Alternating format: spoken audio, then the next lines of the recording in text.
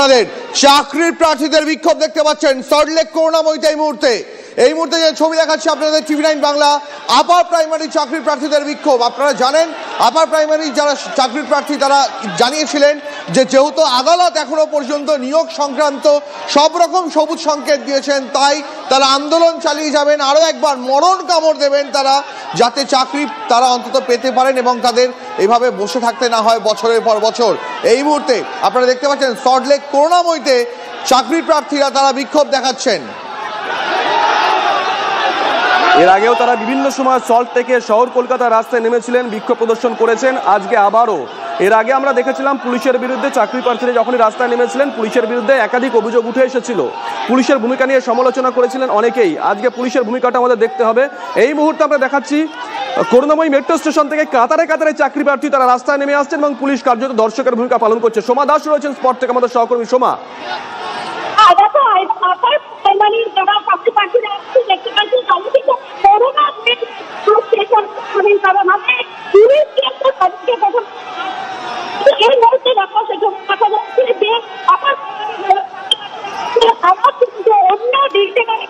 সোমা যোগাযোগে একটু সমস্যা হচ্ছে, একটু সরে গিয়ে কথা বলা সম্ভব? না, এই মুহূর্তে কোথাও একটা যোগাযোগ সম্ভবত সময়ের সঙ্গে আমাদের আবার করতে হবে। তবে এই মুহূর্তে আপনাদের জানি রাখি সল্টলেকে এসএসসি ভবন ঘেরাও অভিযান, সেই অভিযানে সামিল হয়েছেন চাকরির প্রার্থীরা। আপনারা দেখতে পাচ্ছেন আপার প্রাইমারি চাকরির প্রার্থীরা তারা করুণাময়ী মেট্রো স্টেশন থেকে বেরিয়ে এই মুহূর্তে এসএসসি ভবনের দিকে রওনা দিয়েছেন। এই মুহূর্তে সল্টলেকের রাস্তায় আপার প্রাইমারি চাকরির প্রার্থীরা তারা রাস্তায় নেমে পড়েছেন।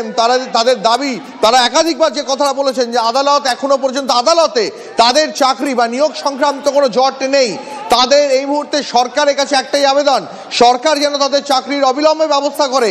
আর সেই দাবিকে সামনে রেখে আরো একবার সল্টলেকের রাস্তায় করুণাময়ীতে এই মুহূর্তে আপার প্রাইমারি চাকরির প্রার্থীরা, হাজার হাজার চাকরি প্রার্থী, যে ছবি দেখতে পাচ্ছি আমরা শুভজিৎ, এই মুহূর্তে করুণাময়ী মেট্রো স্টেশন থেকে বেরিয়ে তারা প্রত্যেকে বিকাশ ভবনের ওখানে যে 3 মাথার বা 4 মাথার মোড়টা রয়েছে সেই দিকে রওনা দিয়েছে। দেখতে পাচ্ছেন সেই ছবি, তাদের লক্ষ্য এসএসসি ভবন। আমরা এই মুহূর্তে সেই ছবি দেখাচ্ছি, আপার প্রাইমারি চাকরি প্রার্থীরা আজকে রাস্তায় নেমে এসেছেন। এই মুহূর্তে আমরা সেই ছবি দেখাচ্ছি, আপার প্রাইমারি চাকরি প্রার্থীরা তারা রাস্তায় নেমে এসেছেন। পুলিশের তরফ থেকে গার্ডরেল দেওয়া হচ্ছে তাদের আটকানোর জন্য, কিন্তু চাকরি প্রার্থীরা তারা রাস্তায় নেমে এসেছেন। কোথাও একটা পুলিশের সঙ্গে তাদের একটা বাদানুবাদ চলছে শুভজিৎ। এই মুহূর্তে পুলিশ চেষ্টা করছে চাকরি প্রার্থীদের যে মিছিল আসছে তাকে আটকাতে। আরো একবার সহকর্মী সোমার কাছে চলে যাওয়ার চেষ্টা করবো। সোমা, এই মুহূর্তে যে ছবি দেখতে পাচ্ছি পুলিশ তারা চেষ্টা করছে চাকরি প্রার্থী আন্দোলনকারীদের আটকানোর জন্য। পুলিশ চেষ্টা করছে আন্দোলনকারীদের আটকানোর জন্য, কিন্তু কোনোভাবে আন্দোলনকারীরা তারা কিন্তু আটকাতে পারছে না।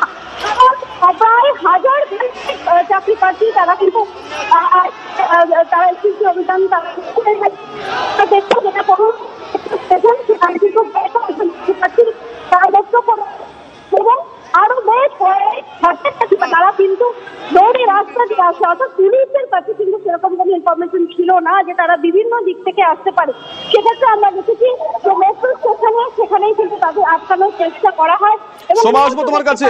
সুশোভন রয়েছে স্পট থেকে আমাদের সহকর্মী। সুশোভন, আমরা ছবি দেখাচ্ছি করুণাময়ী মেট্রো স্টেশন থেকে কাতারে কাতারে চাকরি প্রার্থী রাস্তায় নেমেছেন এবং এই মুহূর্তে তারা রাস্তায় রয়েছেন, বিক্ষোভ প্রদর্শন করছেন। পুলিশের তরফ থেকে আটকানোর চেষ্টাও হচ্ছিল গার্ডরেল দিয়ে। সুশোভন,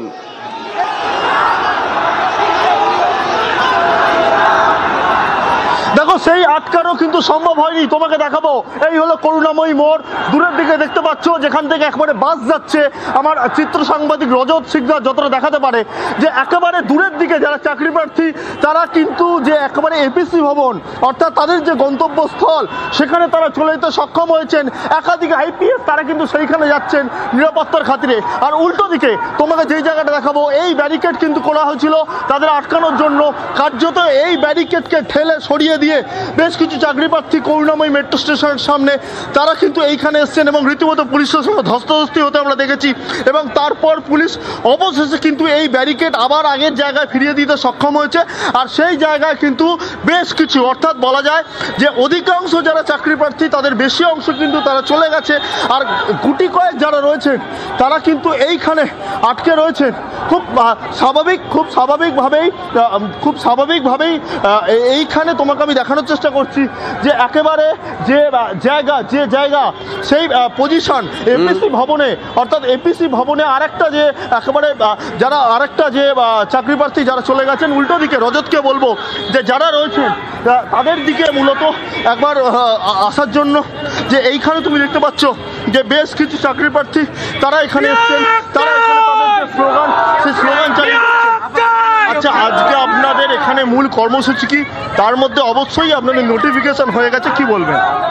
এটা হচ্ছে সরকারের ঢপের চপ, ললিপপ। আমরা ললিপপ চাচ্ছি না, আমরা আজকেই মেনে কাউন্সিলিং চাই, আজকেই প্যানেল চাই। এইরকম ঢপের চপ ললিপপ আমরা অনেক শুনেছি, আর চাচ্ছি না এই ললিপপ, আর চাচ্ছি না। আজকেই অন স্পট। আজকে আমরা 10 বছর এই আন্দোলনের সঙ্গে যুক্ত আছি। আজকে আমাদের 28 তারিখ, প্রশাসনও শুনুন, পুলিশও শুনুন, কারণ আপনারাও এই প্রশাসনেরই একটা অংশীদার। আপনারা জানেন তো কোর্টের কাছে কেউ, কোনো মুখ্যমন্ত্রী, কোনো কমিশন না, কোর্ট আমাদের অর্ডার দিয়েছিল 28 তারিখ। আজকে 25 তারিখ আমাদের ডেডলাইন। সেই 4 সপ্তাহের মধ্যে কমিশন কোনো প্যানেল রিকাস্ট করেনি, কোনো প্যানেল পাবলিশ করেনি। তাই একটা নোটিফিকেশন হয়েছে, নোটিফিকেশন তো কালকে থেকে 10 বছর। সুশোভন, একটা প্রশ্ন করো না, শাসক দলের তরফ থেকে বিভিন্ন সময় দাবি করা হয়েছে যে আইনি জটে চাকরি আটকে আছে, রাজ্য সরকার চাকরি দিতে চাইছে, তারপরেও কেন এই অবস্থা? আদালতের নির্দেশ তো পরিষ্কার প্রত্যেকের কাছে।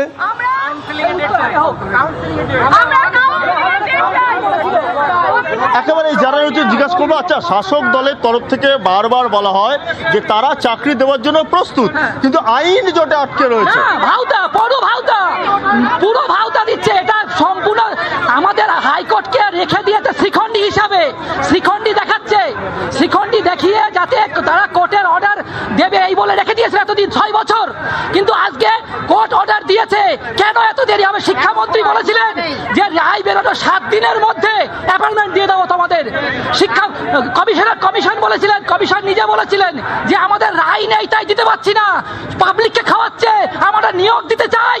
সরকার তো বলে আইনি জটে আটকে না, যখন বলেছিল আইনে জটে আটকে আছে, যখন আইনে জটে আটকে আছে তখন বলছে আমাদেরকে কোর্ট অর্ডার দিলে 7 দিনের মধ্যে নিয়োগ করে দেবো। আর যখন কোর্টের অর্ডার দেওয়া আজকে 1 মাস হয়ে গেল, তখন আপনি কমিশনের হেলদোল নাই। এই দ্বিচারিতা কেন? আপনারা কাদের সঙ্গে দ্বিচারিতা করছেন?